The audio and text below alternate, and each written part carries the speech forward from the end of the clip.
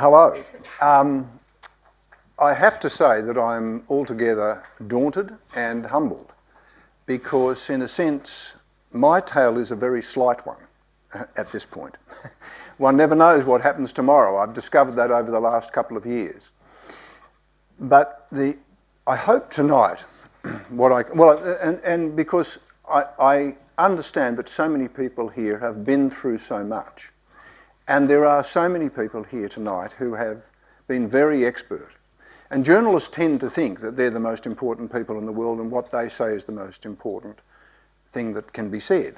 And the reality is, as you sit here and listen to what people are doing in the field of the treatment of melanoma, it truly is very, very humbling. And to understand the depth of that expertise that then hopefully gets applied to us as patients. But really all I want to do is tell you, in a sense, a very simple story tonight that I hope will be useful in some way, because I think that there are many dimensions to disease, in my humble opinion. The story starts like this. There's a phone call 3 days after Christmas at my house. And I say, yes, Mark Bannerman here, and the voice at the other end says, look, it's Dr. Giddy here. I'm afraid we've sent away the mole, as you know, and it's a melanoma. Sorry, old boy. And you can imagine at that moment, 3 days after Christmas, you're thinking, I'd rather have had another gift than this. But the reality is that's the way it went. And the bottom kind of falls out of your world. And I'm sure there's any number of you here who at some level have experienced something like that. And it's almost a cliche to say that a million things run through your mind. They do. And yet at another level, there is nothing in your mind. Everything has gone absolutely blank. And you kind of stop hearing things at this point, which is really dangerous, because what this person at the other end of the phone is telling you are some of the most important things you're ever going to want to hear. So at this point I say, right, okay, what's it mean? And he says, well, you know, you've got a stage 1, level 2, you've dodged a bullet, old boy. And I'm thinking, I've dodged a bullet, I've got melanoma, what? Now, of course, I've got no concept, although I've been going to dermatologists for well nigh on 30 years because I surf. I grew up in the 60s and 70s on the northern beaches, goodness help me. And I know that I'm at risk.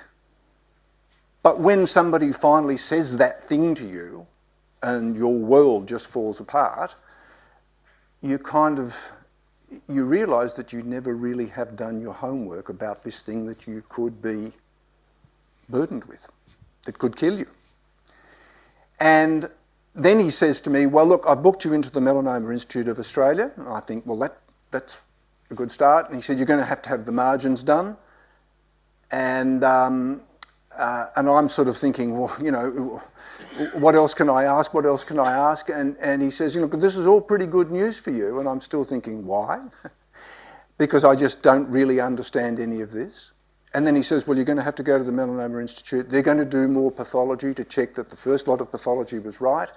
And then you're going to have the margins increased. And so immediately I think, oh my God. And then I said, what, surgery? More surgery? And it was on my neck. So I'm thinking, oh my God, you know, how big, all those things go through your head.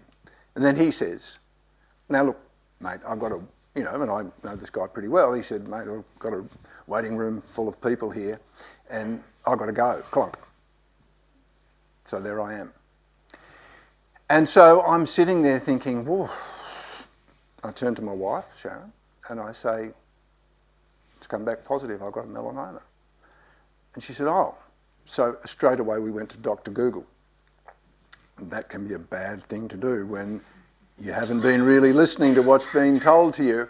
And so I say, I think it's a stage 1, level 2. And she starts to Google and she comes up and she says, I think you mean it's a stage 2. And I think, well, maybe that's what he did say, but you know, I've told you already, I'm not really listening to this even though I'm a journalist and I'm supposed to listen to everything everybody says to me and write it down, but I didn't. And so I start reading about what a stage 2 is and I start freaking out.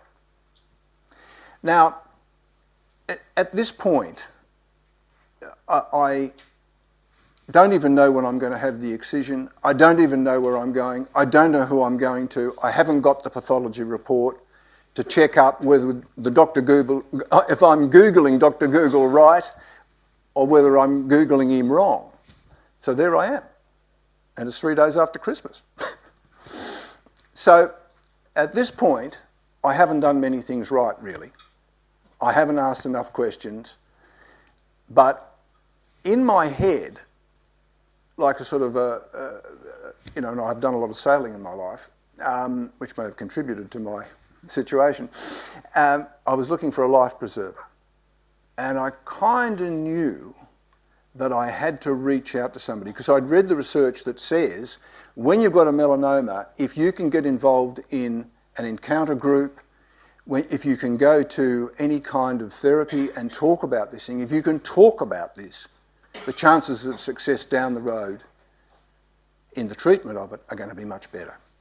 So I start ringing anyone that I can find, and the good news was that I ring Melanoma Patients Australia, and very rapidly, even at that time of the year, Nita Murray rings me back. Now, Nita did a couple of things that I think are really important. One, she said, tell me what the pathology report says. And I said, well, I don't have a pathology report. And she said, okay, ring the doctor, get him to send it to you, then send it to me, which I did. And the next thing she did was listen. Listen to this incoherent, terrified person at the end of the line who really didn't know what it was he had or was being told and what the consequences were. But she listened. And it would, to the day I die, whenever that is, I will thank her for listening that day. It really was fantastic. And in that moment, when she then went through the pathology report a little later in the day and called me back, just because of her expertise and her compassion, she gave me back 3 weeks of my life in many senses. Because it was 3 weeks later that I had the excision, and had I not spoken to her, I'm not sure that I wouldn't have gone up to the cliff at the end of the street and jumped off into the ocean that I so dearly loved. But the next thing she said to me was even more important, is that you can talk to me, but you've got to get professional help. She sensed that I was really needing help. And so I did. And I've been advising people all their life when I do stories about mental illness to get somebody, to say, I need help. And so I reached out to a therapist. And I went, and that became very confronting for me. Because I loved the ocean. And I love being out of doors, and I love surfing. And the happiest times in my life have been with my family near the ocean. All the families that I've had over my life, as in my parents and everyone else. And so I had to confront the possibility, as I said to the therapist, I can't go out in the sun anymore. My life's gone. And she counselled me about this, and she said, well, you could go out early in the morning. Don't be so ridiculous. I mean, a lot of the damage has been done, blah, blah, blah, blah, blah. But she talked me through, and she made me realise that in fact there may have been other elements to my life that I had actually been ignoring, and that obsessing about going surfing or doing this or going sailing or being outdoors or doing something else was obscuring me to that maybe I had another, and I don't mean a higher purpose. Maybe there were elements of my life that, in my semi-retirement I couldn't just lie around and be a beach bum. And in a sense that therapy said, no, there could be something more and better for you in the future if you survive all this. So Nita, in advising me to do what I did, again, I have to thank her, because she was that wise, not dispassionate, but objective counsel. And that, you know, that is what she gave me, and I really, really appreciate it. And I think anybody in that kind of circumstance could benefit from that kind of thing. And yet those kinds of services, I think, in our society are neglected. The whole notion of the psychological element of disease or ailments, the way we feel is so important to the way we will react to any kind of therapy or the way we will live our lives. And so that's the sort of situation that I came to. Now, you know, I went off and had the excision, and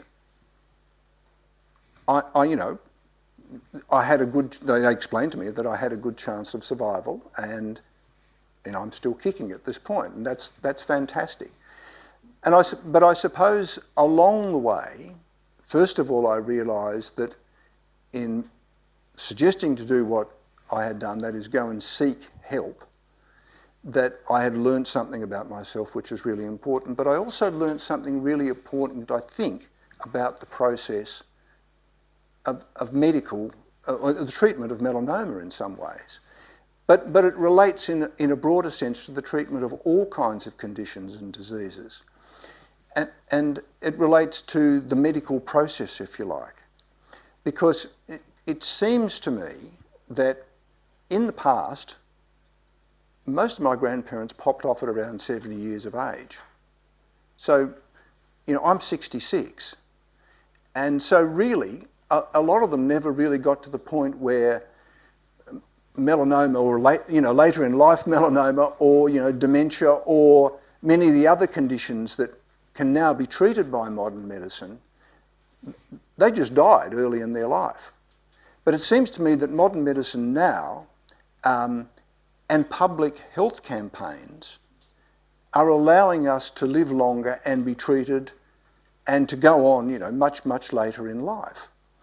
But the truth is, with those kinds of advances also comes a lot of complications in terms of the way you as a patient have to try and understand your condition and the treatments that are available.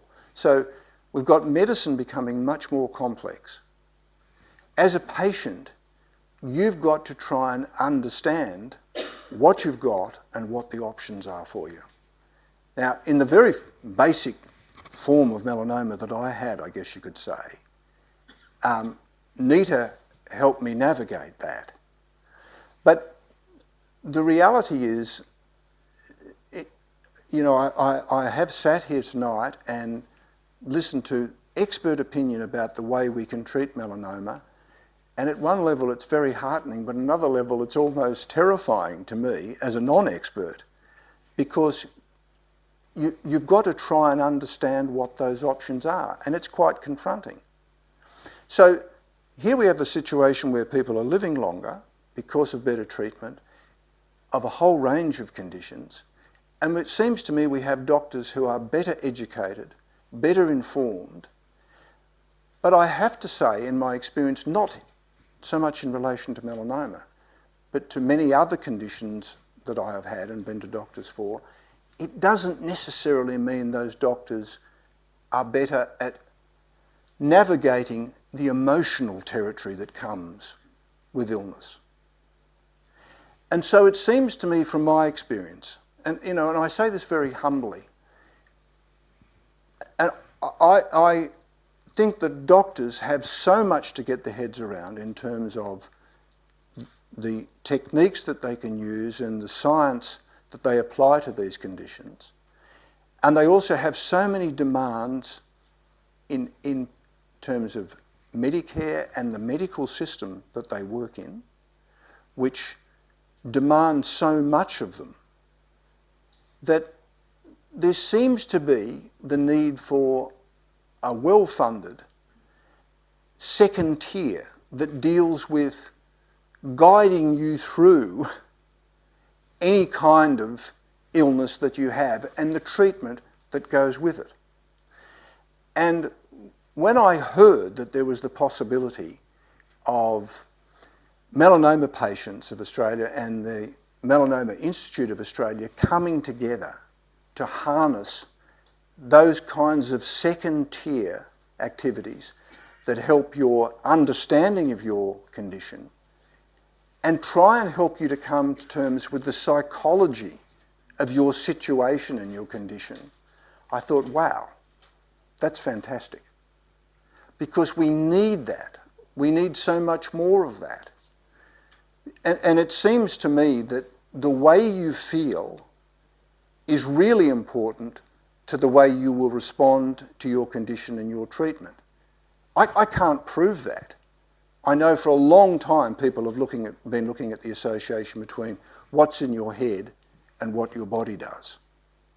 But it just seems to me logical that if you're in a better place psychologically, you're going to be in a better place to combat the condition you've got. And without wanting to mention the elephant in the room, it seems to me that even if nature takes its course and the disease takes you or the condition takes you, the reality is if on the way you have learnt something about yourself and you can face that with calmness and equanimity, because the truth is we are all going to die, then it seems to me that too is incredibly valuable. If all we're about is being cured, then I think that's only half of the equation. The other thing that we never seem to want to talk about is, well, we only have today, let's make the day that we have good. Now, if anything can be done to create that second tier that helps us deal with those really thorny questions about how do we treat this, how much time have I got left, but how do I live a good life in the time I have left, or die a good death, I think that is an incredible thing to happen.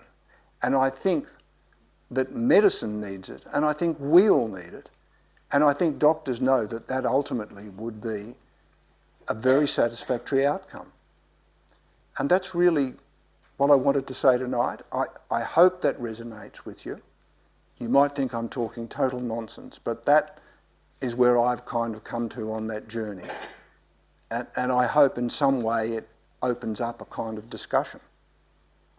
Thank you.